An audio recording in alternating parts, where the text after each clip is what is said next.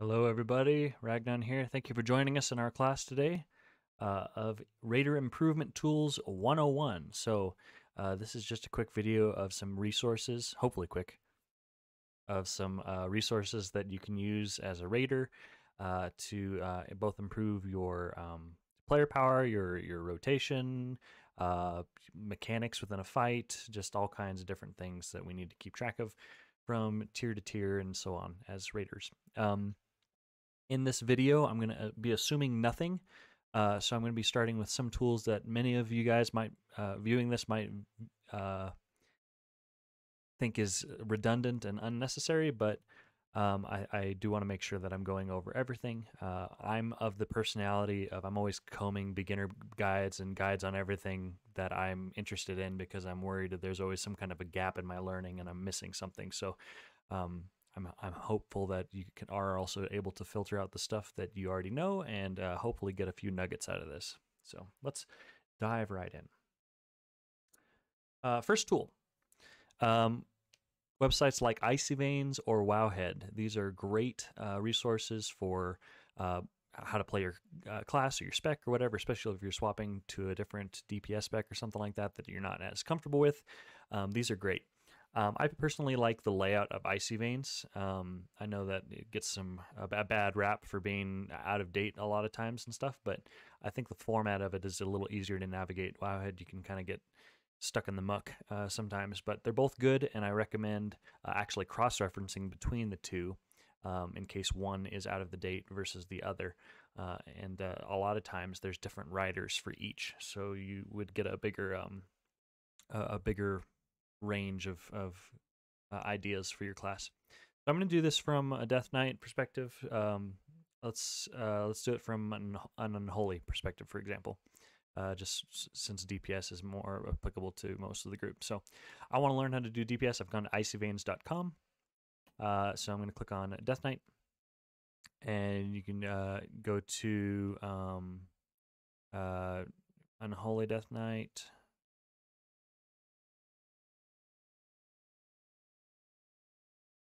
The Unholy Death Knight guide. I talked about this being really easy to navigate, but whoops. Okay, anyways. So I'm just going to go here. Death Knight, Unholy. There we go. That's easier. And so you can navigate here. If you're just getting into it quickly, then you'd use like easy mode. But if you're going into it more in depth, there's sections on builds and talents, rotation basics. I'll go over here to rotation as an example. And it talks about openers for single target, multiple target. If it varies based on talents, then I'd go ahead and select those.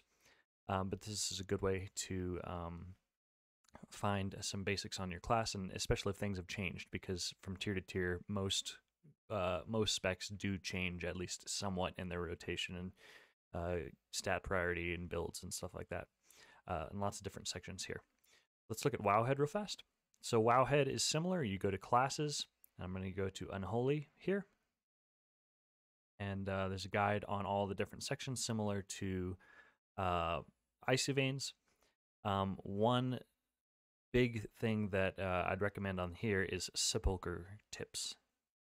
If you click on Sepulcher Tips, that will take you to tips specifically for the raid. So it'll tell you talents, and also it goes over legendaries, double legendaries, the set bonuses, and then you can see right here it's got tips for specific bosses. So, you know, talent changes from the recommended defaults for a specific boss, what covenant you should be going, and then some tips on how specifically your class can work around that encounter. For example, a Death Knight specific thing is you can use your AMS every minute to ignore the Halo. So you can use that to, you know, maybe like skip the second Halo so that you can fully focus and only have to worry about the first and third or something like that, which with the timing between those, you don't have to worry about it at all.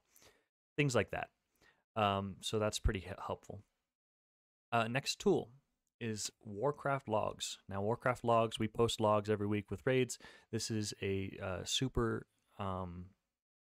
informative tool. It pretty much keeps track of everything. So we're going to look at it from the perspective of trying to copy somebody else. So if you click right here, so this is just the Warcraft Logs website. Click right here on the pancake menu, and I'm going to do, I don't want to do Vigilant Guardian. Let's just say, I don't know, Dasinia. I want to see what Death Knights are doing on Dasinia. So right here you can see the top parsers. They're all demo locks right now. Pretty cool. Top damage. So I want it for Mythic. And instead of all classes, I'm going to select Death Knight and go to Unholy. And okay, there's not a whole lot. Just for the sake of this video, let's do Heroic. Okay, so Heroic. You can look at the different names here. At a quick glance, you can see what are the item levels of all the top 100 parsers here on this menu. What's the average DPS? I try to ignore the very, very top, because sometimes it'll be like, 12, 12, 12, 12, 12, 12, 12, 15, and it's like, wow, what happened? And it turns out he got like, 5 PIs or something like that. Like or they're cheesing it or something, but usually you can find some kind of a wall. Looks like 12k-ish is a pretty good wall there. You can look at the talents that they're running quickly. The trinkets, looks like everybody's still running Old Warrior Soul and IQD. And then Soulbinds, looks like everybody is Necro, and most of them are Marileth. One and many there, but and then Conduits, what legendaries they're running. Most everybody's running Deadliest Coil, which is pretty expected. Buffs, these are PIs, fairies from priests, stuff like that.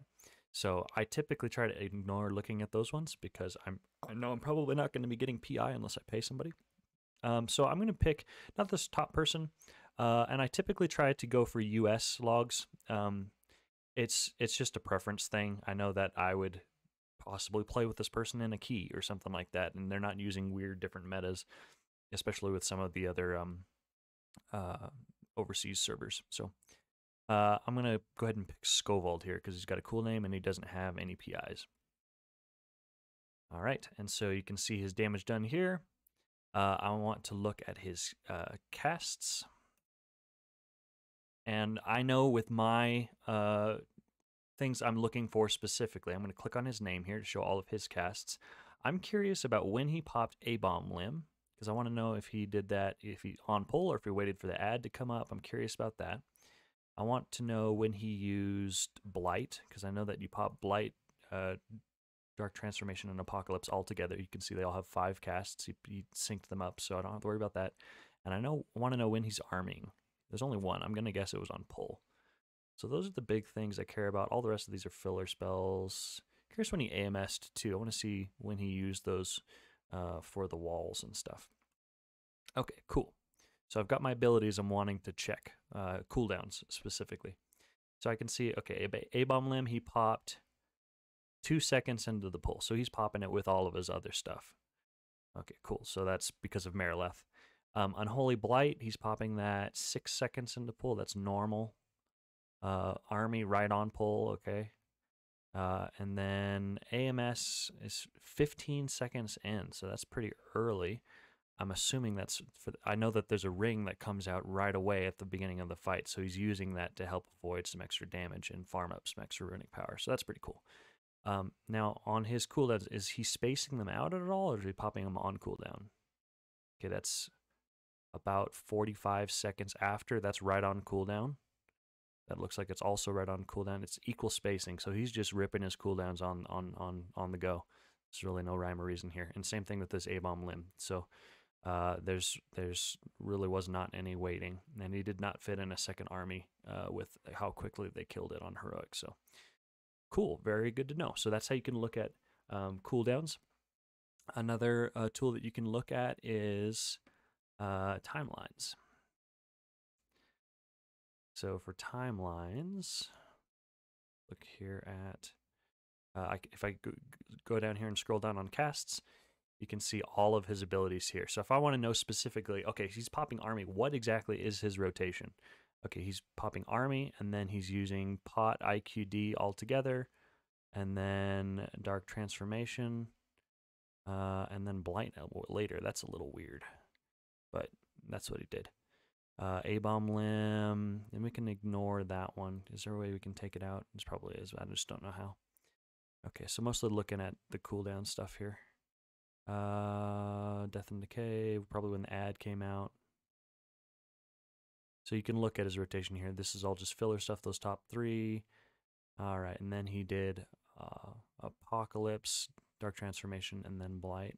So that's something that's interesting. He's popping Unholy Blight last, and I typically pop it first. So that's something to keep in mind. Okay, so I'm not going to keep going into Unholy Death Knight because that's not relevant for most people. So I'm just looking at things that are different. I usually pop it in literally the reverse order. So maybe that's something I need to look at to see if other Death Knights are doing that I need to change, because I was under the impression that it's the other way around. Things like that. Okay.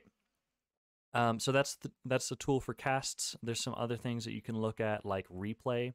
If I want to know how he was positioning and stuff like this, it literally goes over the positioning on how everybody was standing throughout the fight. So you can see he's right here. He's right on the boss.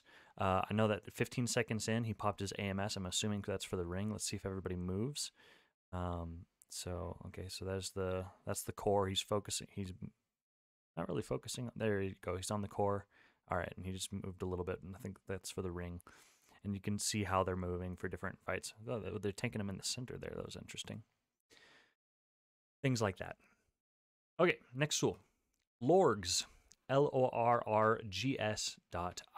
This is a great tool that's similar to Warcraft Logs, but it's broken down in a much quicker format. So it breaks down the top parses, and then it breaks down some of the most important information. So melee, I want to go ahead and click on my Unholy Death Knight. And right here, it shows all the top parsers for a given fight. I want to go ahead and select not Vigilant Guardian.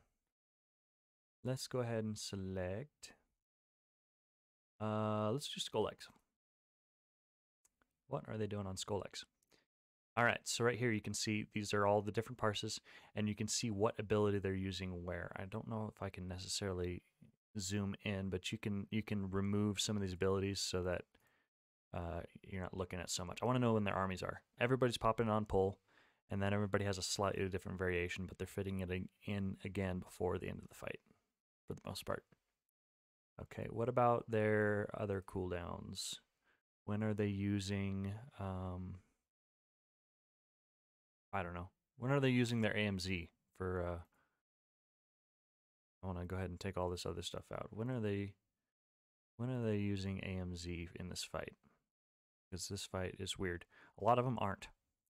Okay, and at 1 minute 33 seconds in, I can look at logs and see what ability is happening there. I'm assuming it's a, that's the bait or something like that. Oh, right here you can see that's for Dust Flail and the Wretch. So that was, he popped it in between those, so that was probably just for some damage reduction for the dust. So that's another tool. It breaks it down really quickly so that you can see, another example would be Hunter. Like when are hunters popping their wild spirit? So they're popping it on, like on Zymox, for example. If I was gonna be a let's go back here. I'm curious when a marksmanship hunter is popping wild spirits on Zymox. Because are they popping it on pull? Okay, looks like a lot of them are popping it on pull. Even though there's ads coming up, they're not doing it. Some are waiting with Resonant Arrow. That Resonating Arrow makes sense because that comes up right when the ads are up again. So yeah, it looks like very few of them are actually saving it for when the ads come up. So that's interesting. And by very few, I mean none. So that's something that maybe I would have been doing differently or something like that. So Lorgs is a great tool. Next tool, Wipefest. Wipefest is a log analyzer. So I'm going to go here to my Discord channel here for logs. And I want to see how we were doing on, let's go to Saturday's,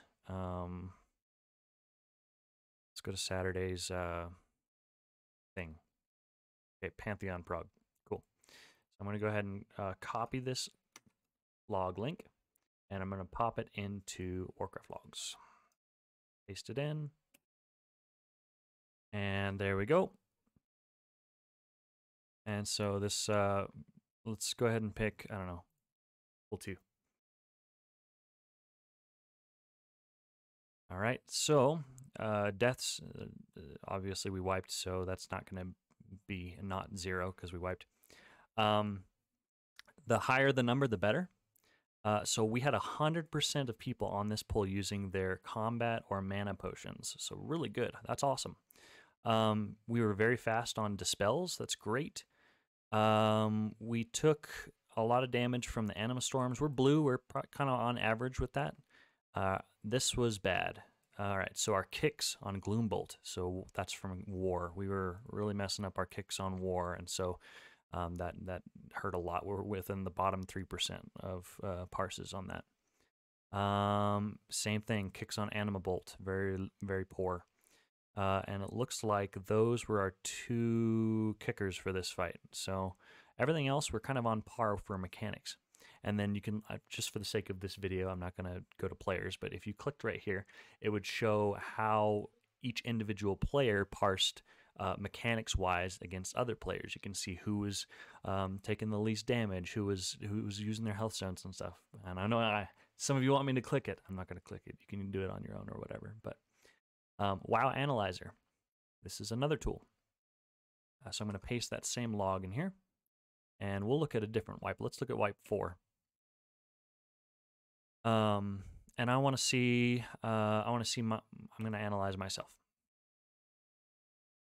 So sometimes this is out of date, depending on who manages it for a WoW Analyzer.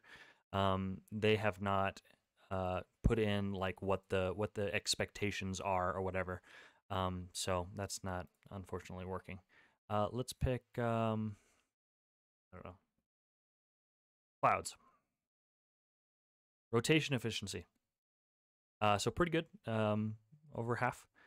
So we can see here, this breaks down more of rotationally what you should be doing. So really good on execute, 100% on execute. Really, really nice.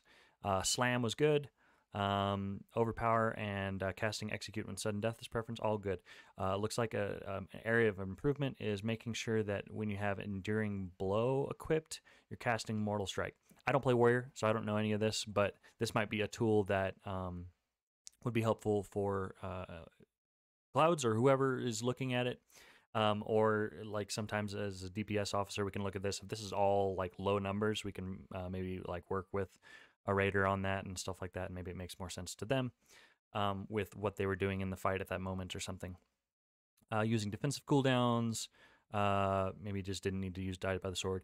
And so down here it has some suggestions, and it rates it in order of what will be the biggest improvements. So, for example, Avatar could possibly get a couple more casts out of it. This fight has some downtime, though, so it doesn't always keep that in mind. For example, there's transitions between the bosses, and that downtime might have been that 31% of the cooldown not being used. So it's a computer. It's not smart enough to always know all the ins and outs of the fights, but it can help. All right, last tool. WoW Audit. So this WoW Audit is available on the Discord. I'll show you where it is again. It is right here on our channels, WoW Audit, and you can click on this link. It's pinned to go to WoW Audit. This is a weekly tracking tool. It keeps track of item level, how many tier pieces everybody's at, so we can kind of see who needs to get to their 2 set or the 4 set or whatever, so we can pass gear. How many mythic dungeons people have done per week. Again, the expectation is that everybody is doing at least 4 plus 15s per week. Gear vault score is kind of a sum of like your raid row, your mythic plus row, and your PvP row. So if you do all 3 at a high level, you're going to get a really high score. If you do 2 rows, you're probably going to be on par with the top half. World Quest, I don't even know why it tracks this. But it's there. And then how many raid kills that you have per week. So this is a great tool for kind of keeping track of where you are in relation to the rest of the group. And then also right here, if you click on Overview and Rankings, this is a very fast way that you can check things like do I have enchants on all my stuff? And you can see right here, I do not. I actually just enchanted my cloak by looking at this, so that's not up to date. It does update once or twice a day. So it's not insta refresh, but it will update later. And then you can check your world quests, mythic dungeons. This is just more of an in-depth breakdown on all the stuff that goes into the summary. And there's more tabs here you can check out, but this summary page is the main one.